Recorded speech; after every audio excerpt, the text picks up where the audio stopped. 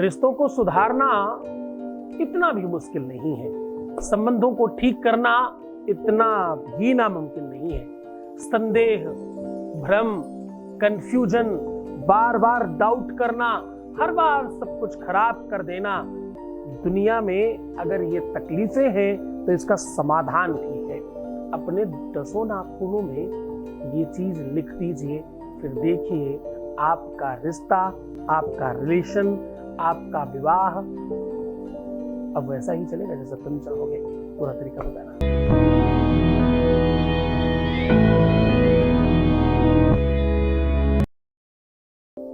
आप जो जैसा चाहते वैसा कराना यहाँ की परंपरा है। शादी हो नहीं रही हो, शादी चल नहीं रही हो, शादी में कोई दिक्कत आ रही हो, शादी मनचाही करनी हो, या प्रेम में, लव में, रिलेशनशिप में, परिवार में, बेटी बहू, बेटा दामाद, कहीं पर भी किसी भी प्रकार की दिक्कत है, वो सब तत्काल प्रभाव से ठीक किया जाता है। अब तरीका, ढंग, बात उस दिशा में चल पड़ी है जहां आप अपने आप को ठीक कर रहे हैं। बहुत हो गया पंडित पुजारियों के पीछे भागना, बहुत हो गया यहां वहां गाय बैल कुत्ता बिल्ली को चेक करते घूमना। अब आवश्यकता है तुम स्वयं अपने पंडित पुजारी बाधा बनो और खुद से अपनी समस्याओं का समाधान करो। उस श्रृंखला में एक और अध्याय जोड़ रहे हैं। आज हम कह रहे हैं अपने नाखूनों में ये नंबर लिखने से आपके अपने जीवन की वो सब दुर्दशा समाप्त हो सकती है। क्या होता है? प्यार मिलता है, रास्ता ठीक होता है, संबंध सुधर जाते हैं, मधुरता बहुत बढ़ती है, विवाह मनचाहा होता है, विवाह में सुख मिलने लगता है, संपत्ति बढ़ती है, रोग समाप्त होते हैं, संपदा बढ़ती है, आनंद बढ़ता है, घर का कलेह खत्म होती है, और इसमें ना आपके अपने घर में समृद्धता के साथ साथ आपस में सौहार्द बढ़ता है। क्योंकि जहां सुमति तहां संपत्ति नाना, जहां कुमति तहां विपत्ति निदाना, जहां सुमति तहां संपत्ति नाना। नाना प्रकार की बहुत भांति से आपको संपत्तिवान बनाना, तुम्हें आज मूल्यवान बनाने का साधन कर रहा हूं, आज तुम्हें अमीर बना रहा हूं, तुम्हारे प्यार से, तुम्हारे रिश्तों से, तुम्हारे संबंधों से, तुम्हारे परिवार से, तुम्हारे कुटुंब से, तुम्हारे अंदर से, तुम्हारे खुद से खुद को मिलाने का साधन बता रहा हूं। ध्यान से समझना, व्यक्ति अलग थलग हो जाता है। मैं कल किसी को कह रहा था कि बहुत सारे पैसे जेब में रख लेने से कोई व्यक्ति सुखी नहीं होता, बहुत सारा पैसा जेब में पड़े होने से सुख नहीं मिलता। कभी कभी अत्यधिक पैसे होने के बावजूद ये समझ नहीं आता कि क्या खाऊं और कौन सी ऐसी चीज देखूं, कौन सी ऐसी चीज का स्पर्श करूं जिससे सुख प्रदान हो, जैसे संतुष्टि मिले, जैसे अच्छा प्रतीत हो। ऐसा कुछ नहीं है। ये कब होता है? ये होता है आंतरिकता में, ये होता है अंदर में, ये होता है आपके निजता में, ये होता है आपके संबंधों में और आपके रिश्तों में। ये होता है कब? ये होता है जब कोई आपका अपना खुश होता है आपसे। ये कब होता है? जब आप किसी अपने से खुश होते हो। प्यार में, रिश्तों में, संबंधों में आप छोटे से बच्चे को टॉफी दे करके खुश हो जाते हो, अपनी मम्मी की साड़ी ब्लाउज या कोई ऐसा सामान उनको दे करके बहुत खुश हो जाते हो। आप सच मानना, घर में आइसक्रीम खिला करके सबको बड़ी प्रसन्नता मिलती है। और सच मानिए, जब तुम बहुत प्रसन्न होते हो तो थोड़ा सा पान भी मुंह में रखते हो तो भी खुशी मिलती है। प्रसन्नता, खुशी चेहरे पर अंदर से झलकती है। अंदर की चीजें बाहर तक आ जाती है। तो अंदर से बाहर तो आ सकती है पर बाहर से अंदर नहीं जा सकती। चाहे किसी के प्रति सौहार्द हो, चाहे वो प्रेम हो, चाहे कुछ आदान प्रदान हो, चाहे भाव हो, और चाहे प्रेम ही क्यों ना हो, सुख ही क्यों ना हो, वो अंदर से बाहर तो आ सकता है, बाहर से अंदर नहीं जा सकता। ये वो वृक्ष है जो अंदर से मिट्टी के बाहर भागता है, बाहर से अंदर नहीं जाता। ये तब संभव है जब तुम हो जाओ। तुम ये चाहते हो कि तुम दुखी भी रहो, तुम तकलीफ में भी रहो, तुम गलतियां भी करते रहो, तुम अपना कार्मिक अकाउंट भी खराब करके रखो, तुम अपना दिमाग भी खराब करके रखो, तुम झगड़े भी करते रहो, तुम विवाद भी करते रहो, तुम अंटसंट अपनी दिनचर्या बना करके रखो और फिर भी सब ठीक हो जाए, ये संभव नहीं है। बाहर से अंदर नहीं जाती चीजें, अंदर से बाहर आती है। तुम सुधरोगे तो जग सुधरेगा, तुम ठीक हो जाओगे ना तो सब ठीक हो जाएगा। जरा समझ कर चलना, तुम बच्चे हो, मैं तुम्हारा पिता हूँ, तुम्हारा भाई हूँ, तुम्हारा दोस्त हूँ, तुम्हारा गुरु हूँ, डेफिनेटली तुम्हारी बात समझ रहा हूँ। रोते क्यों हो तुम इस बात में? तुम तब तक रो रहे थे जब तक तुम्हारे पास कोई नहीं था कि बात समझ आती है। आज भी तुम रो रहे हो कि बात मुझे तो नहीं समझ आती। मैं क्या समझूं अपने आप को? मैं कैसे मानूं कि मैं तुम्हारी मदद कर पा रहा हूं? अगर तुम आज भी रो रहे हो, तुम आज भी दुखी हो, तो मेरा कुछ भी करना बेकार है। हमारे यहां बचपन में कहावत सुनते थे, सस्ता रोवे बार बार, महंगा रोवे एक बार। तो मैं सोचता था कि मैं थोड़ा महंगा तो जरूर हूं, लेकिन अपने बच्चों को, अपने चाहने वालों को, जो कुछ देखते हैं, समझते हैं, सुनते हैं, मुझसे ठीक होते हैं, उनको बार बार रोने तो नहीं दूंगा।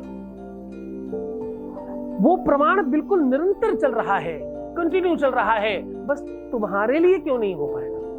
मुझे बात समझ नहीं आ सकती। मैं पिछले 20-21 सालों में आज तक ये बात मान ही नहीं पाया कि किसी का कोई काम नहीं हो सकता, क्योंकि सब होता रहा, सब कंटिन्यू है, सबको सब तरफ से बेनिफिट हो रहा है। मैं कैसे मान पाऊंगा कि सब ठीक नहीं हो सकता?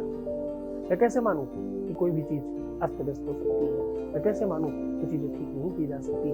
मैं कैसे मानूं कि किसी भी तरह से कहीं पर भी कुछ भी अस्त व्यस्त हो और उसे व्यवस्थित नहीं किया जा सकता? क्योंकि किया जा सकता है।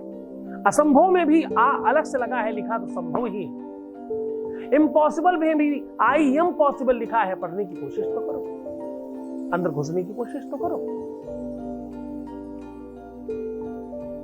जिस प्रकार से एक प्रेमी, एक प्रेमिका एक दूसरे को आलिंगन कर आच्छादित कर लेते हैं अपने अंदर, बिल्कुल वैसे ही अपने आप को आच्छादित कर लो। अपने में इतना प्यार भरो, इतना प्यार भरो कि सब तुम्हारा हो जाए। जब कोई चीज तुम चाहोगे ना तो होगा, कोई दूसरा चाहेगा तो नहीं होगा। तुम चाहो कि सब ठीक हो जाए, मैं तो चाहता हूं। तुम भी ये मानो, तुम भी ये चाहो कि सब ठीक करना है और ठीक करके ही रहेंगे, चाहे कुछ भी हो जाए, बस हो जाएगा। अब आपको उपाय बता रहे हैं। एक ऐसा नंबर जो आपको अपने 10 के 10 नाखूनों में देता है। 10 शंख योगी और 10 चक्र राजा।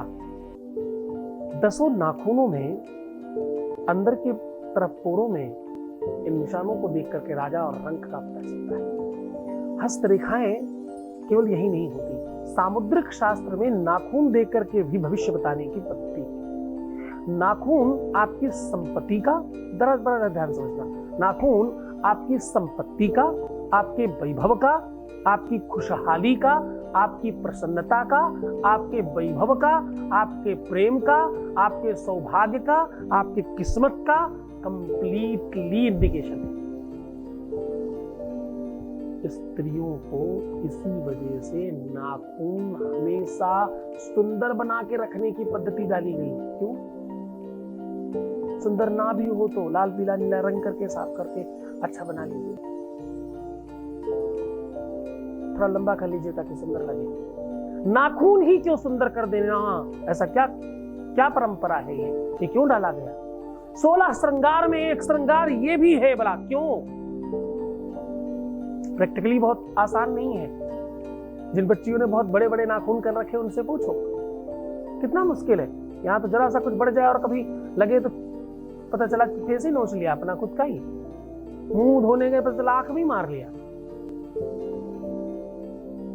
फिर भी लोग मैनेज कर रहे हैं। जो लोग नहीं बड़ा करते फिर भी लाल नीला पीला तो करते ही है ना।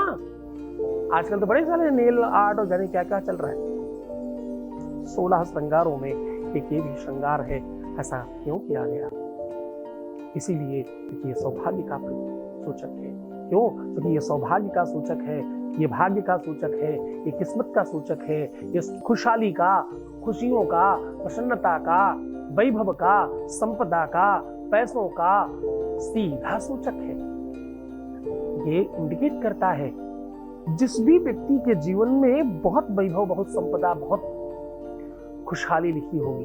जैसे मुझे 2 4 10 हजार बहुत सारा धन दिखता है, मेरे अपने नाम पर बहुत सारी चीजें बढ़ती हुई नजर आती है मुझे। मैंने बहुत बार खुद की भविष्यवाणियां भी की है। ये सब पहले का कहीं ना कहीं पूर्व जन्म का निर्धारण किया हुआ, सब निर्धारित किया हुआ परमात्मा का वो संनियंत्रण है जो वो क्रिएट करता है।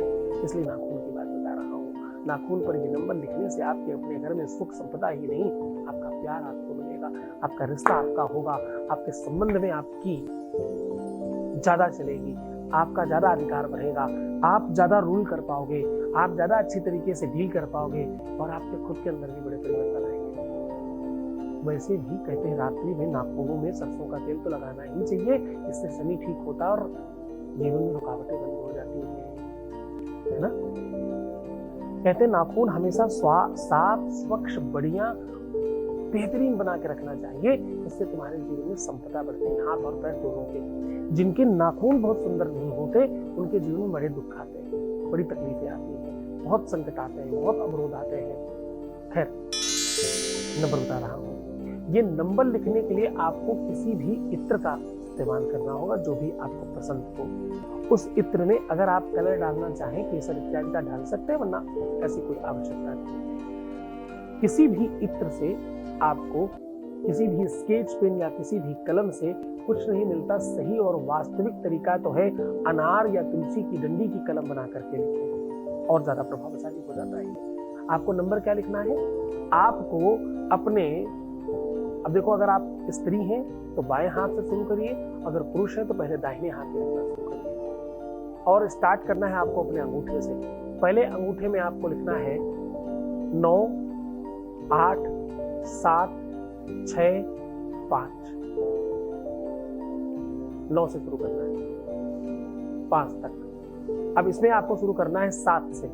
7 6 5 4 3। 2 इसलिए नहीं, 2 और 1 इसलिए नहीं क्योंकि 1 होना नहीं है और 2 होने की तरफ आप बढ़ रहे हैं। ये एक संयोग है। इस नंबर का जब योग करोगे तो आपको असली नंबर का पता चलेगा। वो आपको करने के लिए नहीं, बस ये नंबर लिखना है और चयन करना है। पर ये क्रम आप तब तक मत छोड़ना जब तक आपका काम नहीं हो जाता। वैसे तो खैर ईश्वर कृपा से पहली ही बार में हो जाता है। जनरली ऐसा देखा गया है कि 4 से 6 हफ्ते आपको करने पड़ सकते हैं, पर 11 हफ्ते भी करने पड़े तो आप रुकिएगा मत, क्योंकि बड़ा अवरोध है तो बड़ा दिन लग सकता है। दवाइयां ज्यादा दिन तक उनको खानी पड़ती हैं जिनके जीवन में ज्यादा तकलीफें होती है। खूब मन से, खूब श्रद्धा से, खूब विश्वास से करिएगा। तुम्हारा, तुम्हारे प्यार का, तुम्हारे परिवार का, सबका पूरा कंप्लीट ध्यान रखने के लिए करना। ओम नमः शिवाय।